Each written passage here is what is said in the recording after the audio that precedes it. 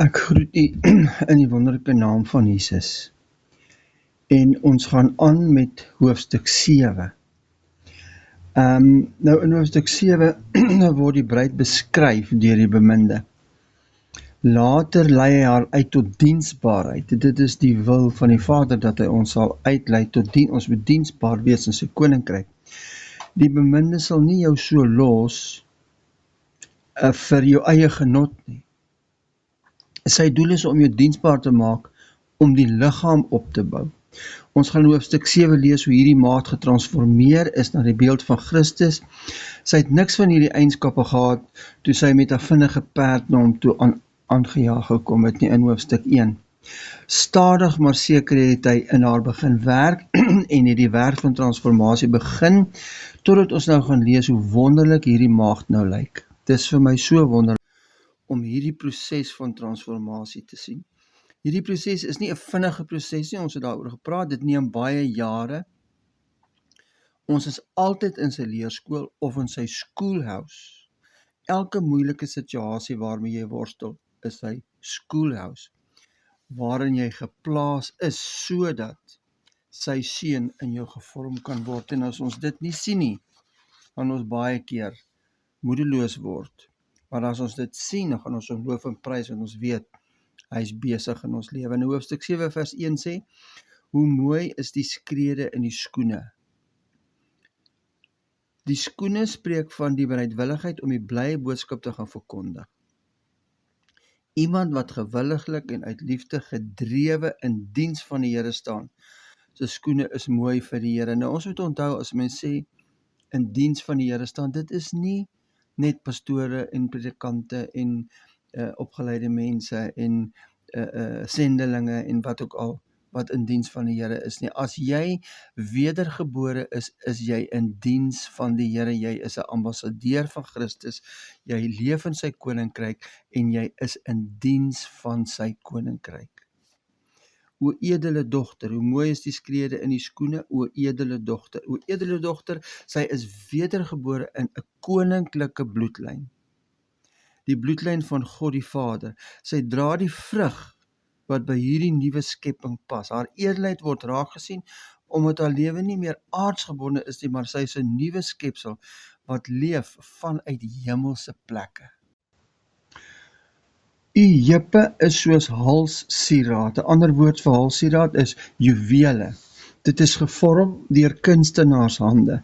Christus is die kunstenaar. Christus se skepende hande. Haar heupe simboliseer sterkte en niks is vir haar te groot om te dra nie. Die evangelie bring vervolging en honger en swaard, maar niks sal vir haar te groot wees om te hanteer nie. Niks sal haar onderkry nie, want sy loop nie in haar eie krag nie. 'n werk van kunstenaarshande. Haar heupe is gevorm deur die kunstenaar se hande om sterk te wees en alle druk te hanteer, deur die krag waarmee hy haar sal toerus vir elke taak wat hy haar inlei. Hy alleen is die kunstenaar, wat haar in haar uniekheid kan vorm, soos wat hy vir haar bepaal het voor die grondlegging van die wêreld af. Daar is werke wat vir ons voorberei is, voor die grondlegging van die wêreld, en ons moet daarin wandel. Hy is die kunstenaar en die pottebakker. Ons is die klei en word deur sy sterk kunstenaarhande gevorm. Goed, hoofstuk 7 vers 2. U navel is 'n ronde kom. Sy kry nie meer voeding van buite af nie. Die navel is afgesny van die moeder, en hierdie is 'n bewys dat haar binnewêreld reg funksioneer. Sy kry haar voeding van die inwonende Christus wat in haar leef. Laat die gemengde wyn nie ontbreek nie. Die wyn is gemeng met kruie en speserye wat die komende millennium simboliseer. Sy kry 'n smaakie van die millennium en hoe wonderlik dit gaan wees om saam met hom te gaan regeer. Dit is 'n realiteit. En ons kan dit nie vergeet nie, hy berei ons voor. Op hierdie lewe berei hy ons voor. Ons lewe lê voor ons.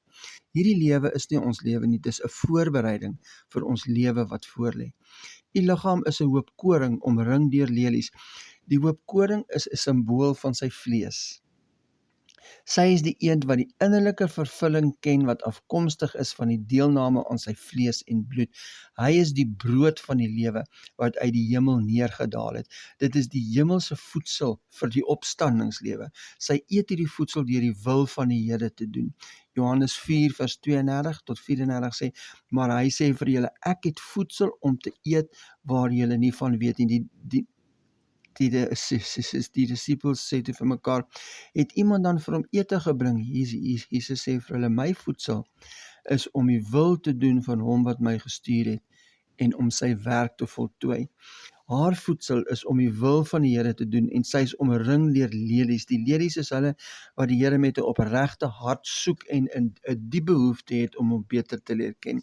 Sy het mense gekry wat dieselfde denkpatrone het as sy, wat Christus hulle denke vernuwe het, wat weet dat die hoofrede hoekom die Here ons uitgekies het en ons gered het, is om sy lewe in ons te vorm.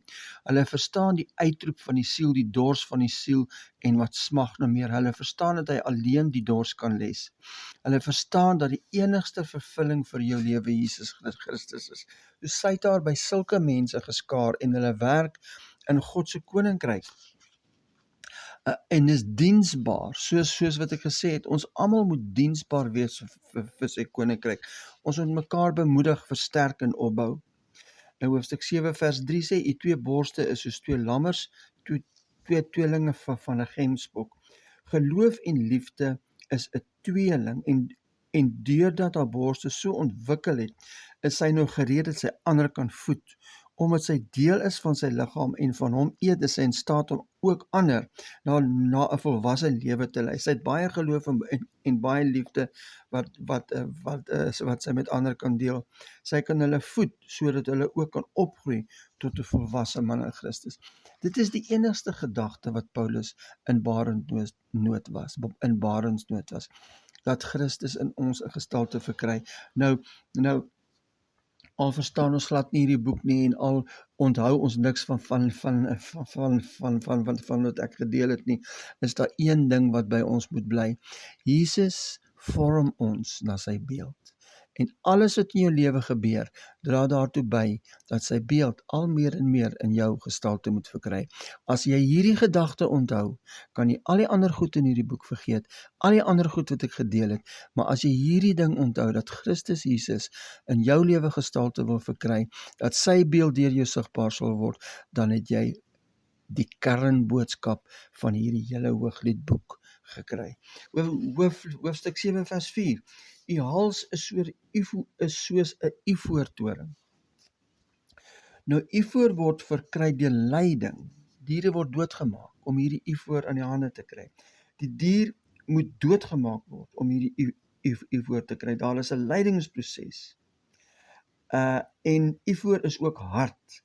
Dit simboliseer dat niemand haar nek kan draai in 'n rigting waarheen sy nie wil kyk nie.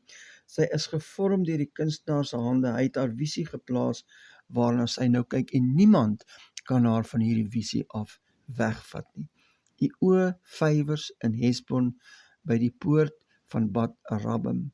Nou Hesbon beteken slim of dat sy verstaan en Bat Rabbim word omskrywe as 'n dogter van 'n groot deelgenootskap. So sy het 'n groot deelgenootskap in die koninkryk van God. Sy is deel van God se koninkryk. Sy is een met hom. Dit wat die wêreld ons bied is onvergelykbaar met die waarde van God se koninkryk. Groot moontlikhede in die wêreld, 'n goeie werk, groot geld en 'n goeie posisie. Ja, alles kan nie opweeg teen ewigheidswaarde wat God se koninkryk ons bied nie, maar soms dan lei die Here jou in daardie moontlikhede wat die wêreld jou bied, 'n hoë posisie en al daai goed. Hoekom? Want dit is daar waar niemand anders met daai mense kan deel nie as net jy. Hy roep jou vir dit. Hy plaas jou daar. Hy gee jou geleenthede om te swat. Hy gee jou geleenthede om in 'n posisie in te kom, maar sodat jy die lewe van Christus daar kan uitleef en kan uitdra. U neus soos die toring van die Libanon wat aan Damaskus toe uitkyk. Dit is om 'n gawe van onderskeiding te hê. Met die neus ryk mens, haar vermoë om te ryk het ontwikkel. Daar's min Christene wat hierdie eienskap het.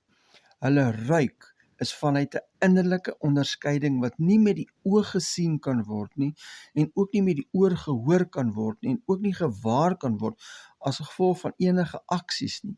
Ook nie vanuit 'n natuurlike beredenering nie. Dit kom van binne af, vanuit haar innerlike gees, wat gedurig deur in kontak is met die gees van God.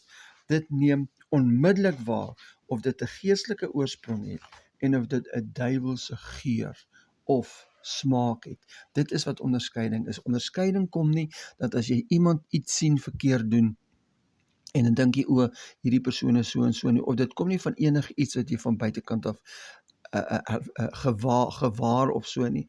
'n regte onderskeiding kom van binne af. Die Here gee dit net vir jou en jy weet, pas op, hier moet ek pas op, of hier moet ek versigtig wees, of pas op vir hierdie persoon, of jy het nie daai onderskeiding.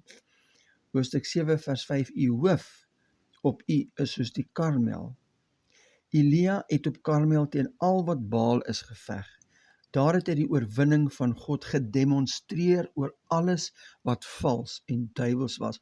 Haar hoof word met die berg Karmel vergelyk, en dit impliseer dat die hele verstand en die hart uitdrukking gee aan hemelse kennis en krag en vermoëns.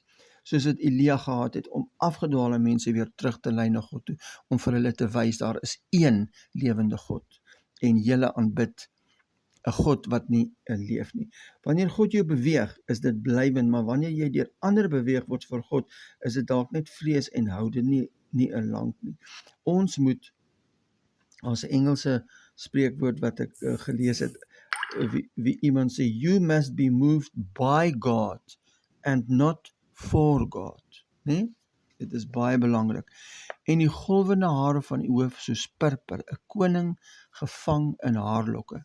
Haar hare wat 'n simbool is van sterkte, as ons na Samson kyk, het verander in purper. Dis 'n koninklike kleur. So haar golwende hare van die hoof het nou 'n koninklike kleur. Die purper stel troonautoriteit voor. Sy het nou troonautoriteit. Haar hare is golwend en lang en dui op haar volkomme onderdanigheid aan die koning. Dit spreek ook van buitengewone toewyding. Haar troonautoriteit dra daartoe by dat die koning haar gebede moet beantwoord. In haar vroeërste stadium van onvolwassenheid het sy nie troonautoriteit gehad nie, maar nou is sy totaal vrygemaak van 'n selfgesentreerde lewe en selfmotivering, en nou word sy toevertrou met sulke kragte, want haar gedagtes is gevul met sy gedagtes en haar denke is vernuwe. Haar vleeslike lewe is neergelê en haar hele begeerte lê rondom sy wil. Hierdie autoriteit kan die koning gevange hou in haarlokke. Dit beteken nie dat sy mag het oor die koning in enige sin nie, maar dit beteken dat sy wil volkome haar wil geword het en dat sy gebede sal bid rondom sy wil en nie haar wil nie. Nou bid sy dat die mense deur God se innerlike leiding in beweging sal kom, né? People must be moved by God and not for God. As jy vir mense bid, dan beweeg God hulle, maar as jy mense motiveer, dan beweeg jy hulle. So ons moet bid en ons moet so werk dat God die mense sal beweeg. En as hy die mense begin beweeg, in beweging bring, dan sal dit goddelik wees en nie 'n vleeslike aksie van jou kant af nie. Hoofstuk 7 vers 6 is 'n baie kosbare vers, en hoe mooi en hoe lieflik is u, o liefde, onder al die genietinge. Haar lewe het verryk geraak. Sy is nou in 'n oomblik tot oomblik afhanklikheid teenoor hom, sodat sy nie bewus sodat sy nie buite sy wil kan beweeg nie. Haar kapasiteit in hom vergroot daagliks, haar innerlike lewe word dag na dag versterk. Hy geniet haar soos wat 'n beminde sy bruid geniet. Sy is vir hom lieflik en hy geniet haar onder al die genieting. En ek wil net hierso iets noem. Hy sê hoe mooi en hoe lieflik is u, o liefde. Hy sê nie my geliefde nie. Hy sê o liefde. Hy sien haar, Jesus sien haar as iemand wat wat vir hom toegang gegee het om deur haar te leef, volkome deur haar te leef. Daarom sê hy, o liefde, hoe sy mense behandel, hoe sy met mense praat, hoe sy omstandighede hanteer, hoe sy mense vermaan, alles word gedoen in liefde. So hy sien haar, hy sien sy eie lewe in haar. So hy sê nie hier vir haar my geliefde nie, hy sê vir haar, maar o liefde, dit wat sy geword het. Sy het geword wat hy is. Ek meen, ons kan nie, dis sy lewe wat deur ons leef. Ons Paulus sê, ek het nog nie dit bereik nie, maar ek gryp daarna. Ons sal nooit seker op daai plek kom wat ons dit volkome kan bereik nie, maar hy sien sy liefde deur haar, hy sien hoe sy mense hanteer, hy sien haar handelinge, en hy sê vir haar, sy is 'n simbool van liefde, van sy liefde teenoor die mense. Och Vader, as ons na U toe kom in hierdie oggend en ons lees hierdie goed, dan is dit vir ons as mens so ver bo ons bereik, want ons kan dit nooit bereik nie en ons sal dit nooit kan bereik nie. Maar soos wat ons lewe neerlê, is dit U lewe wat sigbaar word in ons. En ons wil vir U bid en ons wil vir U vra dat U werklik sal kom en dat U hierdie realiteit, hierdie realiteit wat in hierdie maagd plaasgevind het, deel sal maak ook in ons lewe, dat ons sal weet, ons met daai ou lewe, daai Adamiese natuur, daai gevalle Adamiese natuur waarmee ons gebore is, ons moet hom kruisig, sodat Jesus Christus al meer en meer in ons lewe gestalte sal verkry. En dit is wat ons oorbid in hierdie oggend, dat U dit in ons lewe sal bewerk. Ons bid dit in Jesus naam, en dat U nie sal ophou nie. Amen.